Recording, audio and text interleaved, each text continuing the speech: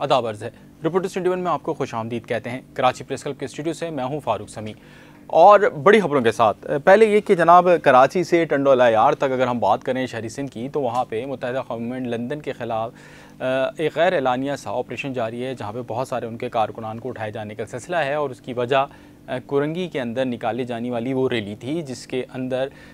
4 थानों की हदूद में वो रैली घूमी और उसके बाद नारेबाजी हुई और गिरफ्तारियों का सिलसिला हुआ। ज़ाहिर बात है, जो यहाँ पे लोग थे उनके जानिब से प्रेशर डला कि जनाब MQM को किस तरह आपने एक्टिव होने दिया, जिन जिन की दुकानें ख़तरे में थीं।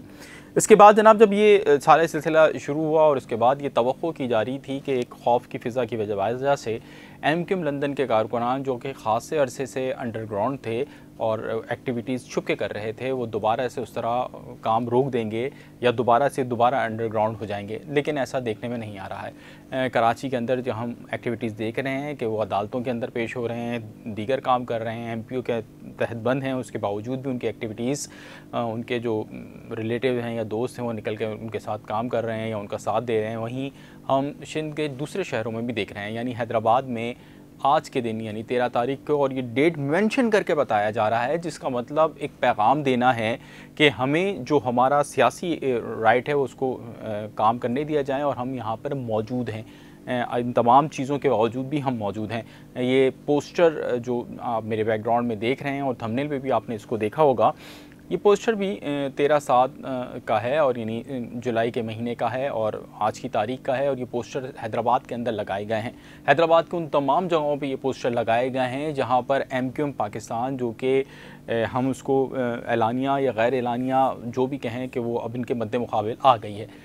उनकी पोस्टर्स के साथ हैं या उनकी उन जगहों पे एक्सेस करके ख़ुसूसी तौर पे या गैर दानिस्ता जो लगे, वो वहाँ पे MQM पाकिस्तान की मौजूदगी भी नज़र आ रही है और वहाँ पर MQM लंदन भी अपनी मौजूदगी का इजहार कर रही है। मैं इसके साथ साथ एक बात मेंशन कर दूँ कि जो महाजिर कौम परस्ती की पॉलिटिक्स करने वाले या सियासत करने वाले वो लोग हैं, वो चाहते हैं, उनमें बड़ी अक्सरियत ये चाहती है कि जनाब ये सारे ग्रुप एक हो जाएँ और ये तमाम ग्रुप एक होने के बाद एक जो है वो सियासत करें और उसमें बानी का रोल,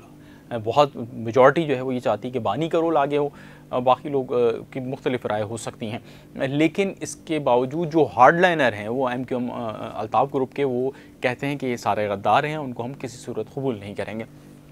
इस दौरान बहुत सारे ऐसे भी लोग हैं जो कि दोनों तरफ चल रहे हैं, दोनों कश्तियों के मुसाफिर हैं और वो इधर भी हाँ में हाँ मिला रहे हैं और उधर भी हाँ में हाँ मिला रहे हैं। इधर की भी एक्टिविटीज़ कहीं ना कहीं दे रहे हैं, उधर की भी दे रहे हैं। कुछ की मजबूरियां हैं और कुछ मफाहमत या हालात की वजह से या अपॉर्चुनिस्ट अप्रोच, मफाद परस्ताना अप्रोच के तहत ये काम कर रहे हैं। लेकिन MQM पाकिस्तान की जो सियासत का सिलसिला है वो जारी है। इसके साथ साथ आज की दूसरी एक बड़ी खबर है जिसके ऊपर मैं बात करना चाह रहा हूँ, वो ये है कि जनाब मुत्तहिदा कौमी मूवमेंट बहादुराबाद की जानिब से अपोजिशन लीडर की तब्दीली का मामला होगा। अपोजिशन लीडर की तब्दीली बहुत इंपॉर्टेंट है। गो कि अब जो भी अपोजिशन लीडर होगा, जैसे कि नया नाम जो फाइनल हुआ है, जिसकी जो ज़रा हैं वो कहते हैं कि राब्ता कमेटी ने भी तौसीक कर दी है, उनका नाम है जनाब,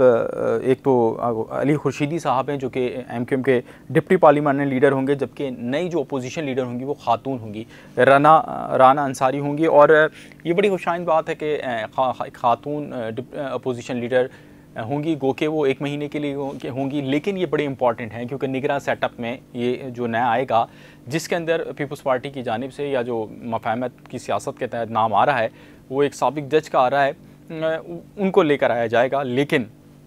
इसके और भी बहुत सारे उसके जो फ़ायदे हैं उनको उठाने के लिए MQM पाकिस्तान और पाकिस्तान पीपल्स पार्टी यकजा हो गई हैं और इसके लिए ज़रूरी है कि सबसे पहले पाकिस्तान तहरीक इंसाफ के अपोजिशन लीडर हलीम आदिल शेख को फ़ारिग किया जाए। तो हलीम आदिल शेख को फ़ारिग करने के लिए, उनको ख़त्म करने, उनको हटाने के लिए उद्देश्य से अब ये दरख्वास्त दायर की जाएगी कि जनाब अपोजिशन लीडर लाना है। और इस हवाले से हलीम आदिल शेख ने भी अपना एक सख्त रिस्पॉन्स दिया है। हलीम आदिल शेख कहते हैं कि जनाब ये सारा बंदरबाट का खेल है जिसके लिए MQM और पाकिस्तान पीपल्स पार्टी मिल के काम कर रहे हैं। उन्होंने एग्ज़ाइल के हवाले से बात की कि जनाब आपकी क़यादत भी बहुत अरसा मुझसे बाहर रही थी, अगर आप मुझसे ख़त पे मुशावरत करना चाहते हैं तो एज़ अपोजिशन लीडर मैं ख़त पे मुशावरत के लिए भी तैयार हूँ, और अगर आप मुझे बुलाना चाहते हैं तो मैं आने के लिए भी तैयार हूँ कि जब ज़मानतें लेकर हम यहाँ आ जाएंगे। और आपसे मुशावरत भी कर लेंगे। लेकिन अगर आपका अपना एजेंडा ही अलहदा है तो आप उसके लिए जमहूरियत के साथ ही साजिश कर सकते हैं, और आप ये चाहते हैं तो ठीक है, आप MQM को ले आएँ, लेकिन हम उस हवाले से जो भी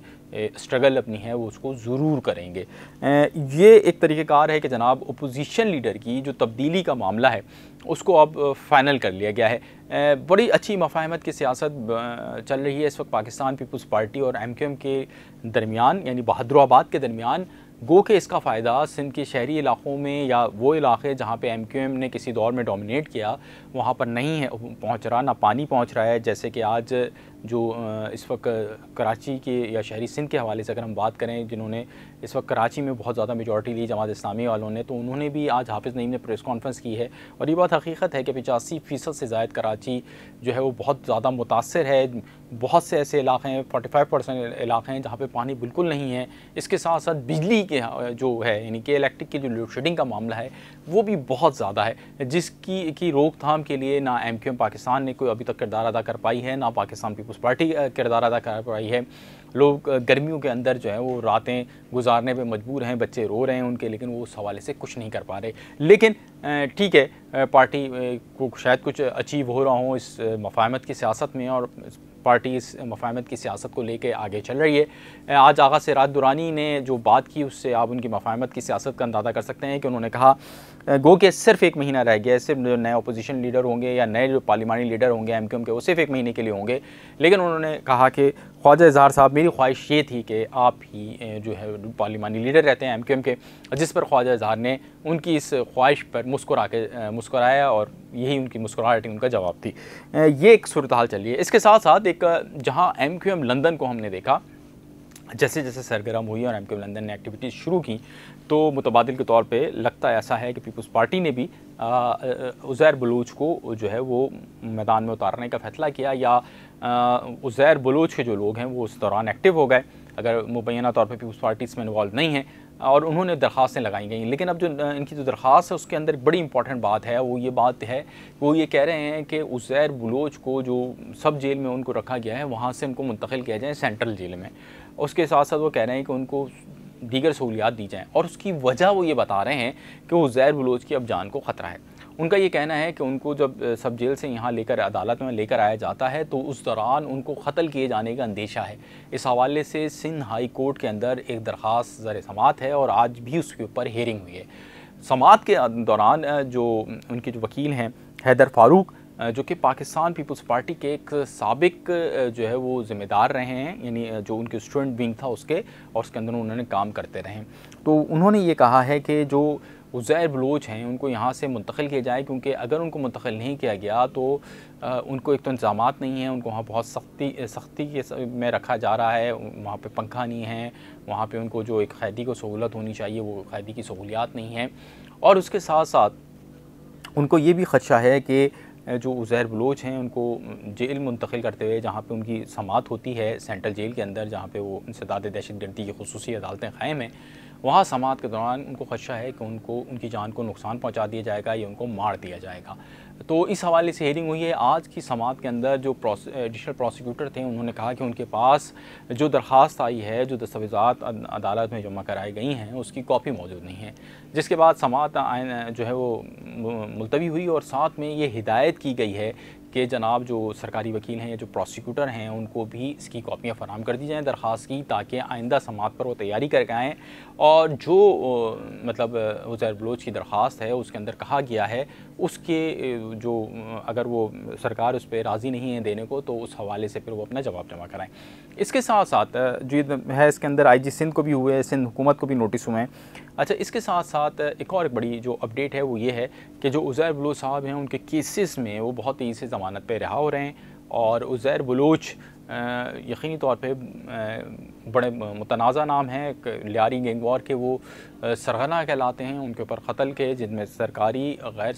सरकारी यानी क़ानून नाफिज करने वाले अफराद, उसके साथ साथ आम शहरियों के ऊपर के क़त्ल के भी इल्ज़ामात हैं। इसके साथ साथ उन पर गद्दारी का मुकदमा भी है जिसमें उनको सज़ा हो चुकी है। उसके बावजूद भी उनको अदालतों में मुसलसल जो